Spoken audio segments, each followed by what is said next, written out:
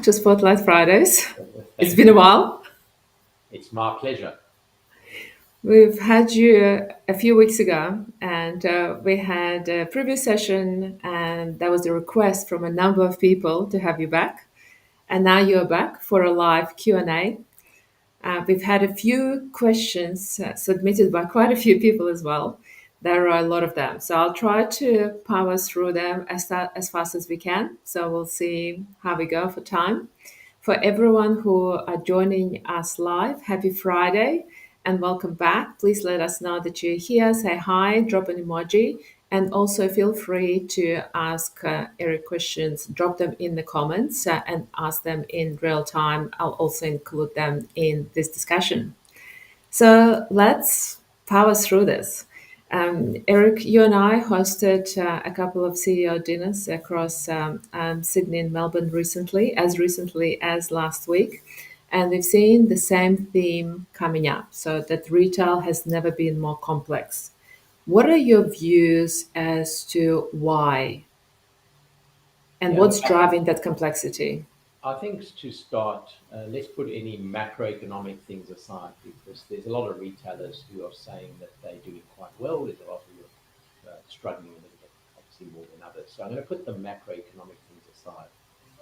Look, there's no doubt that we've got more competition in this market than we've ever had before. Um, with business being tough, there's shrinking margins.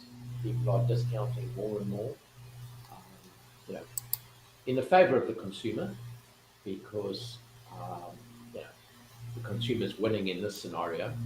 But people are so focused as well on trying to sell things and gain their best first margin as opposed to the right price and the right margin and therefore having to discount it. We all know that you bank your um, your GP and not your margin. So I think that's a really important part. But the other thing that we're seeing, and this has got nothing to do with any of the CEOs who went for dinners recently, but generally across the market, there's a lot of mediocrity and lack of innovation taking place in retail. It's been the same for many, many years. People have relied on what historically has worked for them, and sometimes what's historically worked doesn't always work moving into the future. The other theme that we keep seeing as well is everyone saying why it can't be done. And I think to flip that around and say, how can we do it? And how is it possible? And, I think that's a key theme as well that people are it's top of mind. So, It's a very good shift in the mindset, isn't it? So it depends on the question. So you can, and the way you ask it, because you can have a negative answer, or you can just roll up your sleeve and say, "Well, let's just do something about it." yeah. So I yes, think if and, you have and the attitude in life that everything's possible, then how do we go and make it happen? And yes, we got to make it happen quickly as well because speed is critical in a challenged environment. yeah, but also if we don't, what's the alternative? There is no alternative, obviously. It stays the same. Yeah. Well said. Now, the next question is about digital transformation. So, every company, as we know, talks about digital transformation, but most end up with shiny tools and no real impact. In your experience, what separates a genuine transformation that drives value from a costly destruction? Well, I think what's really happened in the COVID era and subsequent to COVID is people jumped on and realised they had to get new technology and they had to keep up and they had to do things, but not everyone got the right technology. And I think the most important part there is to get technology which is appropriate for your business size, okay, and technology which drives growth, which helps the customer, and it will inevitably help the bottom line. And I think that's a really important point as well. But it's quite a complex conversation because you're right. It has to fit the purpose, and it could be a very expensive exercise. And not just that, it could be from time point of view, it can be a very lengthy project as well that involves a lot of people, a lot of teams. So when we make these decisions, then definitely need to align with business objectives and the purpose. Why do we do it? Because if it takes us 12 months to integrate it for something that we're not sure if we're going to use it, then Should we do But it? what we're seeing also in quite a lot of businesses is technology which was implemented at the time, which probably hasn't been fully optimized. So people have got the technology, but they're not using it in the correct form, and it hasn't necessarily been integrated correctly into all the systems that organizations have. So we do see that from time to time as well. Yes, agree. The integration piece and optimization come up way more often than not. I totally agree with that. Yeah. So when you're leading through volatility, whether it's consumer sentiment or supply chain disruption or tech change, what anchors your decision making? So do you have a set of guiding principles that you rely on to make decisions? I think the foremost question one should ask yourself in this scenario is what benefits the customer? Yeah, because so often people are looking at what benefits their organization. And we've spoken before, and I think we covered this last time I was on Spotlight Friday. It was in a tough business situation, people go and just look at cost cutting. And cost cutting might help you in the short term, it's a short term drag, okay? But it doesn't necessarily help the customer journey. It doesn't help the customer in any shape or form. So that's got to stay absolutely front of mind. Also, clearly, it's about product. And you're going to hear me talk about that quite often as we go through. Because you can have everything going perfectly in your mind, but if you've got the wrong product, people aren't going to buy it. The product's too expensive, people are not going to buy it, they're going to wait for the discount. So I think some of those things are actually really important. But if what you're doing is not working, okay, stop and ask yourself question one. Okay? And ask yourself a question because quite often things have changed. Things have changed dramatically over the last, let's call it 5 years, 10 years, and even more recently, over the last 2 to 3 years, there's new innovations happening, there's new competitors in the market. What is it that you're doing that isn't working? What did you used to do that was working? And why is there a difference? And sometimes you've got to open up, and it's hard because they're confronting questions to ask yourself, but critical questions. And I think that's the important part. We're in a very crowded market, okay? And without a doubt, I said it earlier, start with the customer and focus on the USP. Because in a crowded market, you have to have a different offer. You have to have a unique proposition. Asking tough questions is a very good advice because by human nature, of course, we want to avoid it. But I agree with you. I think it's to anchor the your answer is when we focus on two pillars, being having the right product and serving it to the customer who wants to purchase it. This is the conversation. This is a very good conversation to have. No, totally agree with that. So you and I worked together for many, many years, and you often talk about alignment amongst the teams. So how do you get the executive teams heading in the same direction when everyone is under pressure? Well, the most simple way to do it, and you'll be surprised how few organizations actually do it, and is you start off by aligning KPIs. And if you've got aligned KPIs, you've got everyone pulling in the same direction. Over communicate, okay? However much you think you communicate to your teams, to your senior leadership teams, whatever it may be, communicate even more than that. And then, more important than anything else, is listen. Your teams generally have some of the answers. Okay, no room for ego. We've spoken about that before. Put all that aside and listen to what the team are telling you. Listen to what your frontline team are telling you, because this isn't always in a retail organization. This isn't always about your, I always call it a support office team, not a head office team. Okay, and the reason I say that is because a head office team sounds like they're more important, and they're not.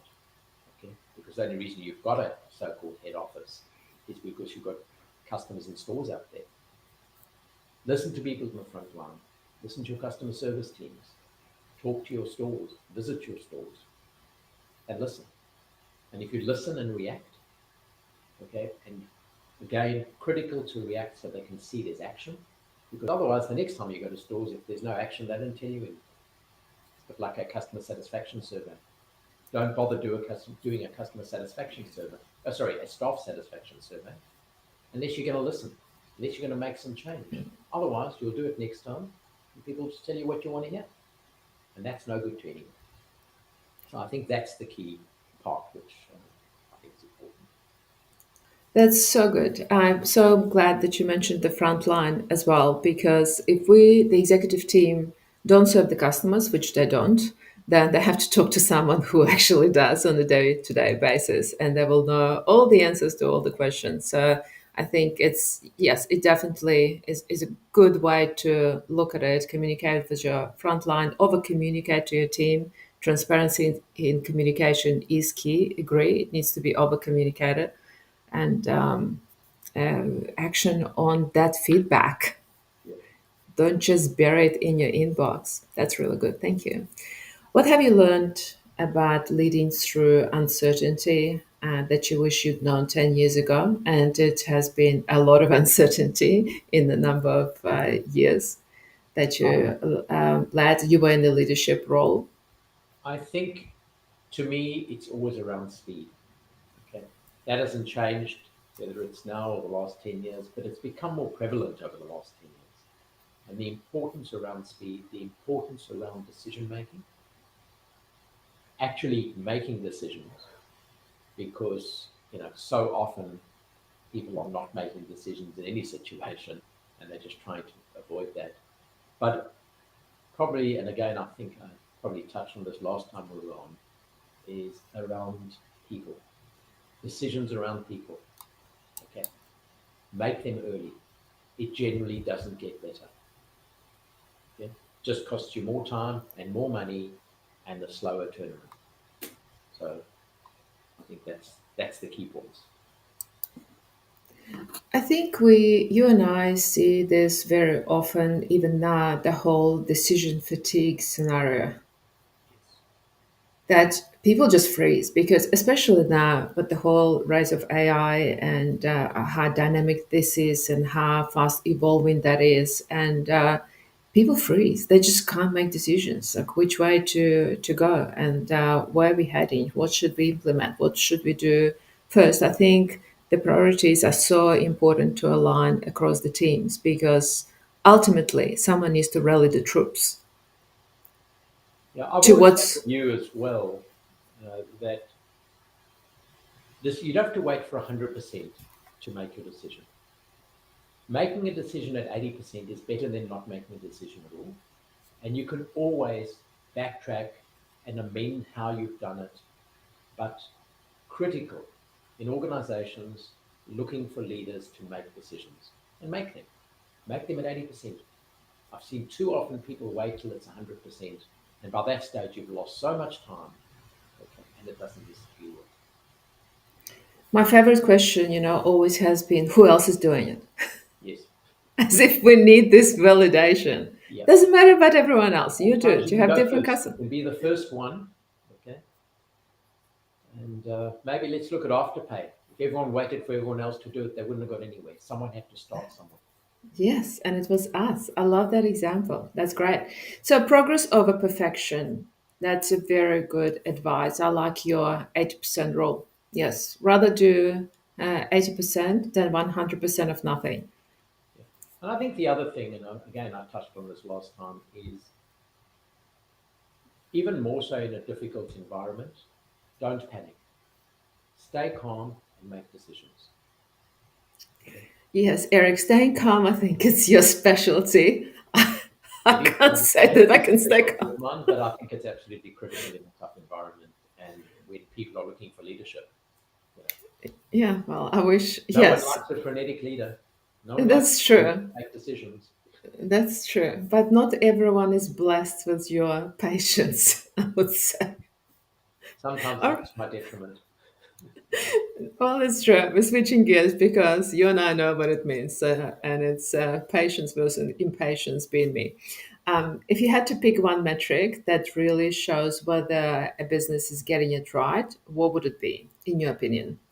I think looking at conversion, looking at customer lifetime value, okay, and understanding how your customers are reacting to the decisions you make. Because you can make tons of decisions daily, weekly, monthly, whatever they are, but unless they impact your customer who is going to buy more of your product, it's irrelevant, totally irrelevant. Lifetime value, Yeah. yes. You'd be surprised how many brands do not track that still. Conversion, yes, because it shows up everywhere, but not the lifetime value. Yeah. It is important to know if you just throwing money on acquisition and not retention, and what is the ratio there. Agree. I want to talk a little bit broadly about retail. It's not me, this is the questions that were submitted earlier. What gives you optimism about retail right now? Because it's not everything is doom and gloom. Obviously, there's a lot of things that we can do, and we can do it very well, and we can do it at speed.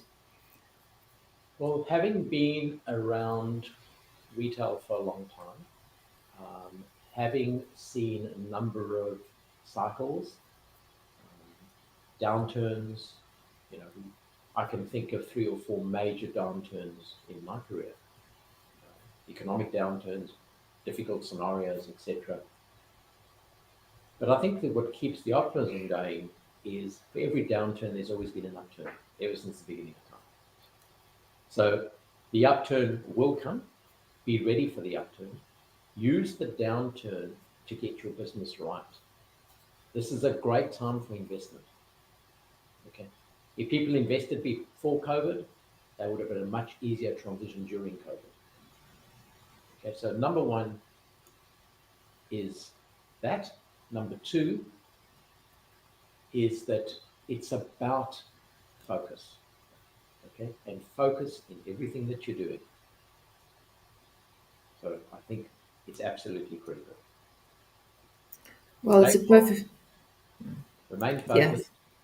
But what are the other reasons? I think we've seen an explosion of great technology. And we covered this in some of our dinners, the CEO dinners that we had.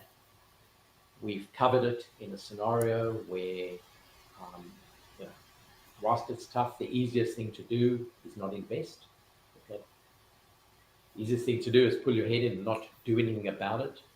But there's great technology out there.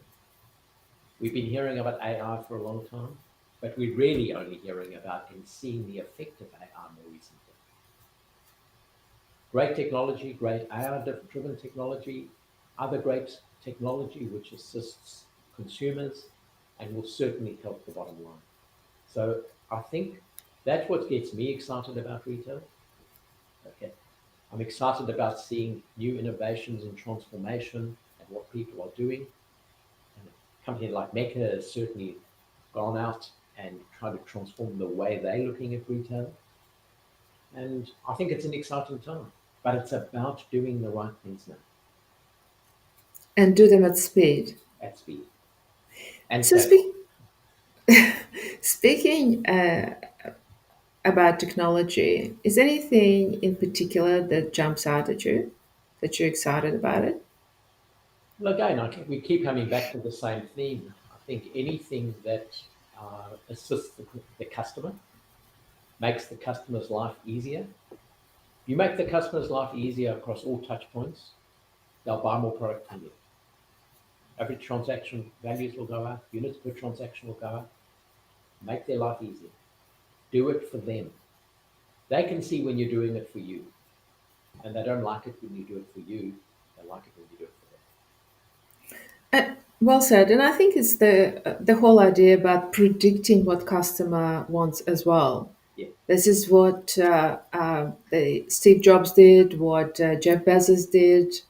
It's not like they went out and asked customers if they want Prime membership. He yeah, created an incubator center that brainstormed for a long time and throw some ideas around, and they came up with the whole concept. And now they have what 7 million people on direct debit just to pay for Prime membership. So no one was waiting for customers necessarily to come and tell them we would like to pay this annual amount for whatever it is you're going to throw into that subscription model. So I think if you follow the customer and you watch their behavior and analyze that, you will eventually come up with the ways how you can serve them better. But a lot of organisations might believe they're customer focused and only look at a segment of it. Important that it's across every touch point. Also, again, we've been talking about this for a while, that not many retailers are omnichannel retailers. Okay, we're not talking omnichannel. I'm talking about true omnichannel retailers. Single What view of does it mean? What does it mean to you? okay, single view of customer, single view of stock. Okay, seamless interaction. Not going into a retail store and saying, "Sorry, you've got to send that back through online," or "You didn't buy it here, you bought it through online." Just making it a completely seamless interaction.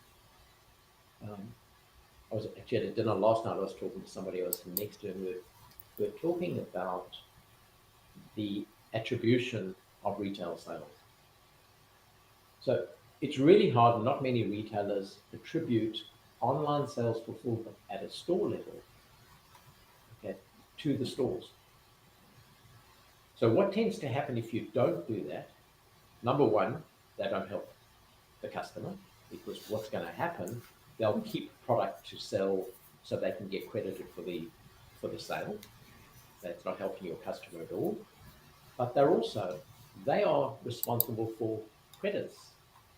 If people are bringing things back into their store, it's coming off their sales.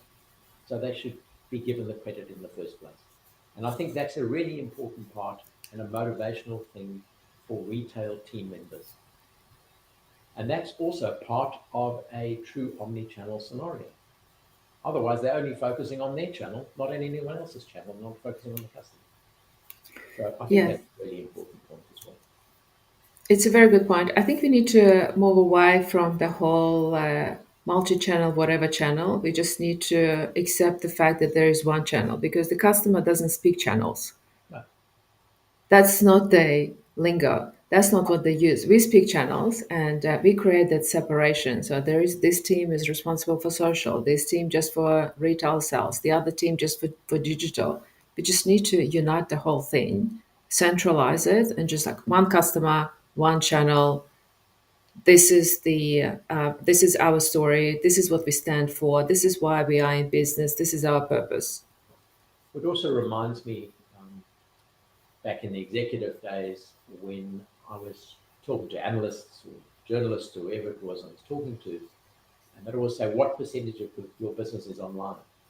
And I'd always say, "Well, that's not a really great question because I don't know the answer to that. I can tell you how much of our products fulfill from the warehouse. I can tell you how much of our online sales are fulfilled from store, but I can't tell you how much online or our website has driven sales from stores because people research. We all know, we all do it. You want to buy something new, you get online and you research, and you might go into store and just buy it in store. And that's again a seamless interaction. Okay, Yes, discover online, purchase in store, and vice versa. correct. Where do you see the biggest opportunities for growth in the next 12 to 18 months? So you already touched on the omnichannel environment, the KPIs and technology. Is there anything else you'd like to mention? No, I think it's again, it comes back to product. Focus on your product. Focus on decisions with customers. Implement technology if you haven't got the technology to drive improvement for the customer. And focus on some of the basics. Look at your people. Make sure you've got the right teams because everything can fall apart without that. So, and speed of decision making. If you wait for someone else to do it, you'll be left behind. Sometimes I think, Eric, it's going back to basics. It is back to basics. But retail is actually quite simple if you really It think is. about it. And I always like using the example of the simplicity of retail. Um, or in every like sort of strip that we have in Australia, there's a greengrocer selling fruit and vegetables. And what do? On a hot day, they put the oranges in the front, okay, the watermelons in the front, and make sure that when that it's going to be coming summer period, make sure you've got the right solutions there for everyone, merchandise your store accordingly, and adapt. Okay, And if you're a retailer and it's pouring with rain, you sell rain gear, put that in the front of the store. Some real simple, basic things, and I'm oversimplifying it. There's no doubt, but we've got to use the old retail philosophy because This people is track brilliant. whatever. Yes. And more importantly, stop. Be focused. Be focused on your retail. Be focused on your customer. Don't be focused on your silos, your organization.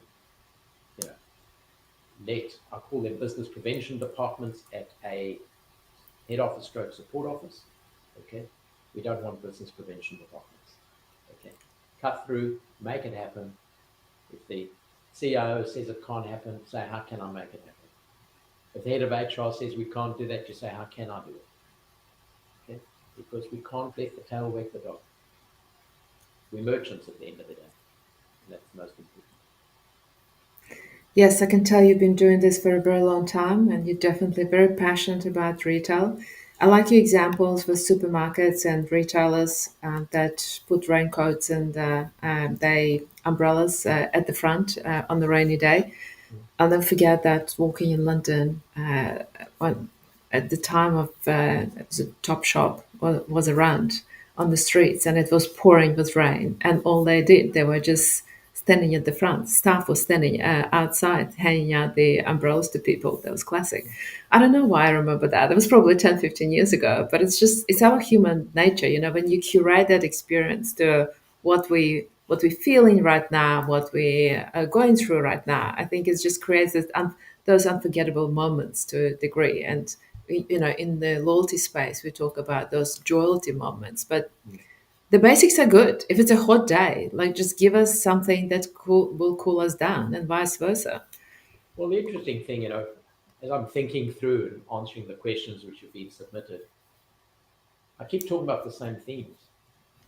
And what I actually think as well as we talk about those themes, that's the very reason why we created Albany Advisory, because it's focusing on customers, focusing on digital transformation, customer journeys, customer strategies, and that's really the most important thing. So that's obviously how Albany was derived. Yes, but we both are very passionate. We have a lot of experience, obviously, and we love doing the right things all the time, and we love adding value, and we want to improve the state of this industry overall. Because I think when we elevate it and we all do the right thing, ultimately the customer is the one who's going to benefit. That's absolutely So correct. it's all about lifting that game. So I think I have time for one more question for you. If you could give one piece of advice to retail leaders listening today, what would it be? I think you can just summarize everything what you said in the last half an hour. Focus on your customer. That's it's as simple as that. Okay. Yes. Yes. Well, you know, it's easy, but it's not simple. It should be, but it's not. You You need know to that. ensure that every touch point in your organization, and we know in big organizations, what gets in the way? Egos, silos, okay, non-aligned teams, different KPIs. Okay? And there's all of the things which we've kind of covered across some of the questions being submitted. So you're telling us that we should all drop our egos Absolutely. for the greatest good. Yes. Well, it's been a lovely discussion. We do have these discussions every day, but I still, you know, I can still have lots of questions for you. Thank you so much for sharing your expertise and your view on what is happening right now. It's been great, and thanks for everyone who joined us. I will go through your comments. I could see quite a few of them coming through. I promise I will go through it after this live streaming. Eric, always a pleasure. It's been Absolute lovely pleasure. working with you as Yep. well. But thanks for Please the feel chat. free to ask any other questions. You know, it's not on the Spotlight Friday now. In future, send me an email, send me a text, call me. Let's have a chat. Be careful what you wish for. Always happy to talk about it. I know you are. Thank you so much, Eric, and thanks everyone who joined us. Have a very happy Friday and a great weekend, and we'll see you next week.